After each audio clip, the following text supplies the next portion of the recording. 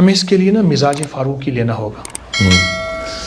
حضرت رضی اللہ تعالیٰ عنہ فاروق اعظم بیٹھے تھے تو ایک بندہ سائل آواز دے رہا ہے. آپ نے اس کی ضرورت پوری کی. وہ پھر آواز دینے لگ گیا. میں بلاؤ. دورے سے اس کی خبر لی. اس کی تلاشی لی تو بے شمار مال تھا. فرمایا صدقے کے اونٹوں کو کھلا دو، عام اونٹ کو نہ کھلانا. اسلام نے پیشہ ور بھکاریوں کی مذمت کی ہے، نہ کہ تعاون. اسلام کا نظام عجب ہے. اگر آپ کے پاس مال ہے تو پہلے زکوٰۃ اور عشر اور صدقہ نکالنے کے لیے، عشر ذمہ داروں کے لیے عرض کر رہا ہوں کہ میرا بیک گراؤنڈ ذمہ دار بھی ہیں ہم، ہمارا خاندانی تاجر بھی ہیں اور درویشی بھی ہے. اس کو تلاش کریں، تحقیق کریں کہ میرا کتنا مال ہے. آج تک خواتین اپنے زیور کا زکوٰۃ نہیں دیتی، زیور کی. ہائے ہائے. اور اگر ہم سارے زکوٰۃ دینے والے بن جائیں ہمارے ملک کا قرضہ اتر جائے، میرا ایک خیال ہے. اچھا، سب سے پہلے ہم نے دینا کس کو ہے؟ قرآن کہتے ہیں وَبِذِی الْقُرْبَىٰ، رشتہ دار، وَالْیَتَامَىٰ، یتیم، وَالْمَسَاکِین، نہایت مفلس، وَابْنِ السَّبِیل، پردیسی، مسافر کوئی. سب سے پہلا درجہ کیوں چھوڑا جاتا ہے؟ اور عجیب بات بتاؤں، امام غزالی فرماتے ہیں وہ رشتہ دار جس نے ساری عمر تجھے تیرے خاندان کو ذلیل کیا، رسوا کیا، اور تو اس کو اپنا مال اس انداز سے دے کہ اس پہ احسان نہ جتا، پھر کیا دے گا؟ اس پہ وعدے بتاؤں، آپ حیران ہوں گے. یہ میرا ایک روحانی پیکج ہے. آپ کوئی اور سوال کرنا چاہیں پھر میں یہ پیکج بتاتا ہوں. میں تو اس کیفیت میں حکیم صاحب چلا گیا ہوں کہ اگر آپ کو کوئی رسوا کرے، خراب کرے اور سخت اس کا رویہ ہو تو حکم ہے اس پہ بھی آپ نے مہربانی کرنی. کیا بات ہے. اور وہ رشتہ دار ہے، رشتہ دار ہے، شریک ہے، برادری ہے، رشتہ دار ہے. اس نے ساری عمر آپ کے خاندان کو رسوا ذلیل کیا، اور میرے پاس اس کا ایک ایسا پیکج ہے جس سے بیماریاں، تکلیفیں، دکھ، مسائل، مشکلات اتنا جاتی ہیں. کیونکہ آقا کا فرمان ہے صدقہ بلاؤں کو رد کرتا ہے، ایک فرمان. دوسرا فرمان ہے 70 مصیبتوں کے دروازے بند کرتا ہے، مفہوم ہے. اور میرے حضور کا تیسرا فرمان ہے کہ صدقہ برائیوں کے دروازے بند کرتا ہے. جو تقوی چاہتا ہے، جو نیکی چاہتا ہے، اور جو کہتا ہے اللہ میں یہ گناہ چھوڑنا چاہتا ہوں، میرے کفن میں یہ گناہ نہ جائے، اور میرا مولا میں بے بس ہوں، تو بے بس نہیں. صدقہ اس کے لیے بھی ہے. لیکن صدقہ دیں کس کو؟ جو کپڑا لگا دے اس کو دے دیں، جو بکسہ رکھ دے اس کو دے دیں. تحقیق سب سے پہلے وَبِذِی الْقُرْبَىٰ، رشتہ دار، اور وہ جنہوں نے ساری عمر ذلیل کیا پر ہیں غریب، ہیں واقعی مستحق. میں ایک بات عرض کروں سید بادشاہ، صدقہ تو سارا، زکوٰۃ، عشر، خیرات، صدقہ، یہ تو ساری ہے ہی تلاش ہے. ہاں، پہلی تلاش یہ ہے کہ میرا بندہ کتنا ہے، ایسے نہیں اٹھا کے دے دیا، ٹھیک ہے نا. دوسری تلاش یہ ہے کہ دینا کس کو ہے. واہ، بہت خوبصورت. دو تلاشیں ہوں گی. تلاش ہے. اور اگر ہم نے تلاش کو چھوڑ دیا پھر دیں گے بھی مصیبتیں نہیں ہٹیں گی، پریشانیاں نہیں ہٹیں گی. پہلے وہ تلاش ہے. سہارنپور میں ایک صاحب تھے، بہت رئیس تھے، اور ان کے ہاں لوگ امانتیں رکھواتے تھے. موٹی دیواریں ہوتی تھیں تو اس میں ایک تاک تھا. چور رات کو آیا، سردیوں کی رات تھی. اس نے چھوٹا سا تالا تھا 1.5 آنے کا، اس کو توڑنا شروع کیا. ان کی آنکھ کھلی، رضائی سے ایسے دیکھا نا چور تالا توڑ رہا. کہتا ہے بھیا میں نے اس کی زکوٰۃ دی اور پوری دی ہے، جو توڑنا ہے توڑ لے. پھر رضائی لے کے سو گئے. اللہ اکبر. چور کوئی بے حیا تھا. اچھا. صبح تک توڑتا رہا، صبح اٹھ کے پاؤں پڑ گیا، معاف کر دیں اور مجھے توبہ بھی کرا دیں. پر یہ بتائیں آپ کا مال، اور آپ کو اتنا یقین کہا میں نے تلاش کی تھی، زکوٰۃ کو پورا کا پورا پوچھ کے دیا تھا، اب میرے مال کو کوئی انگلی نہیں لگا سکتا.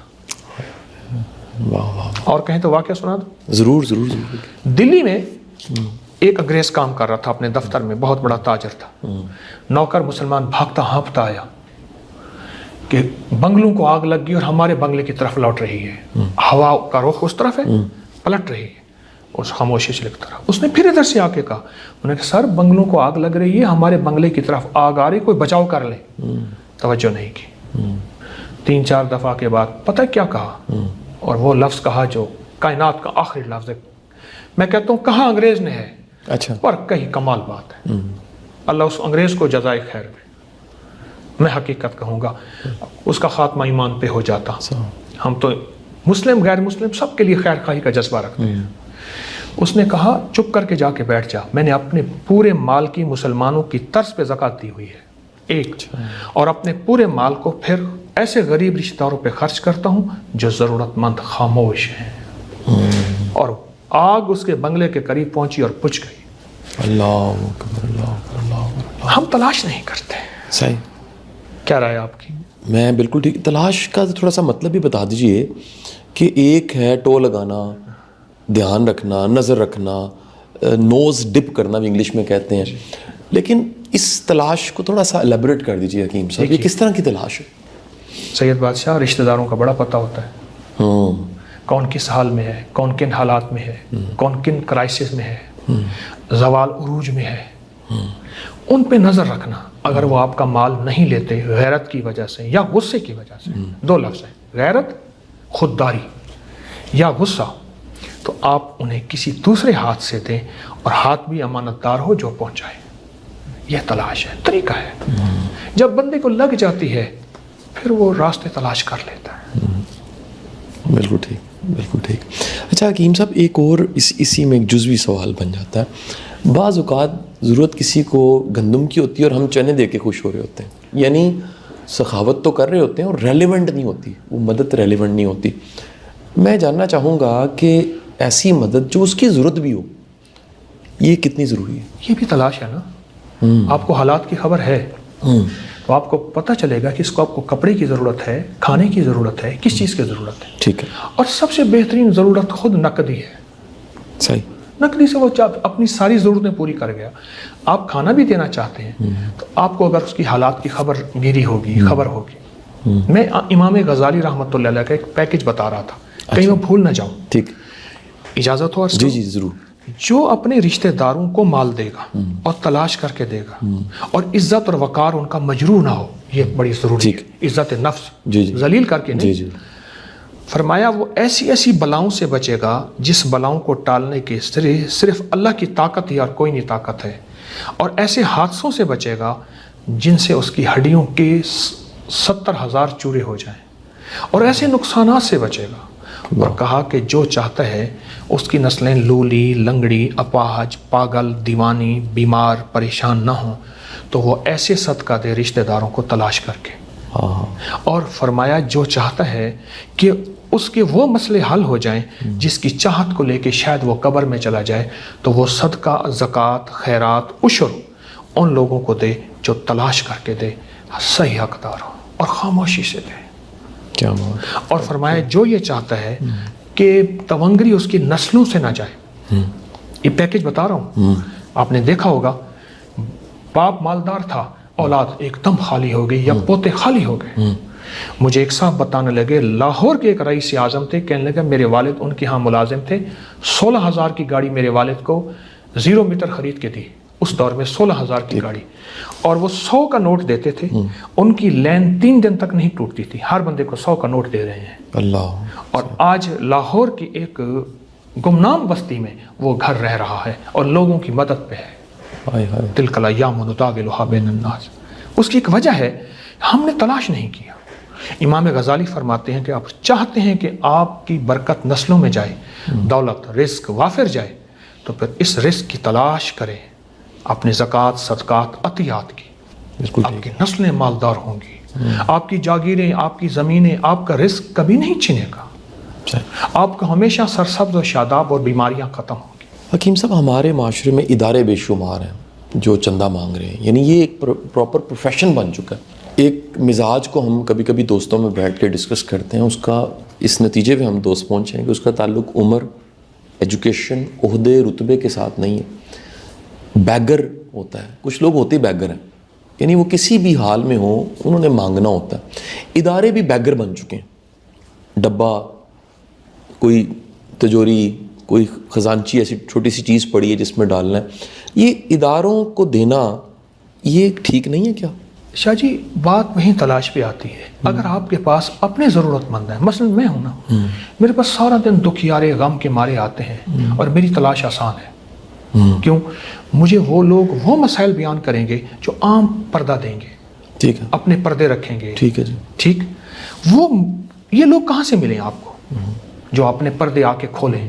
چونکہ میں معالج روحانی جسمانی چھوٹا سا معالج ہوں، میری آپ سے درخواست یہ ہے کہ اگر انسان کے اوپر یا تو کسی کو یقین ہے کہ وہ 100% ایسا ہے، ایک بات ہے، ورنہ میری درخواست یہ ہے عمومی طور پہ کہ اگر ہم دائیں بائیں نظر رکھیں، اور ایک میری درخواست سب سے ہے آپ کی، اس سڑکوں پہ مانگنے والوں کئی لوگ ایسے ہیں، مجھے آ کے بتایا کہ ان کے بہت بڑے بینک میں مال پیسے، چوراہوں پہ یہ بابے مائیاں چیزیں، سچ پوچھیں 1% نہیں 1 کروڑ فیصد ضرورت مند نہیں ہے یہ حق مار لیتے ہیں، پھر تو حق مارتے ہیں ان لوگوں کا جو بے زبان ہیں، جو سوال نہیں کر سکتے اور اپنی جو ہے غربت کو چھپائے خودداری کے نام پہ۔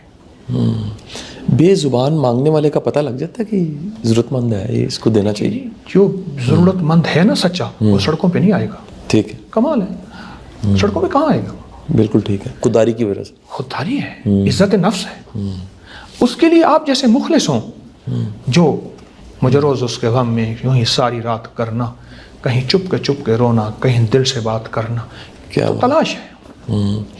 آج کا جو بنیادی میسج ہے حکیم صاحب، میں تو اس کو تھوڑا سا بتا اس لیے دیتا ہوں کہ جو میں سمجھ پایا ہوں کہ ہم سب کو آج سے ہی اپنے قریبی رشتہ داروں دھیان دینا چاہیے، تلاش کرنا چاہیے، ڈھونڈنا چاہیے، ان کی پہلے مدد کرنی چاہیے۔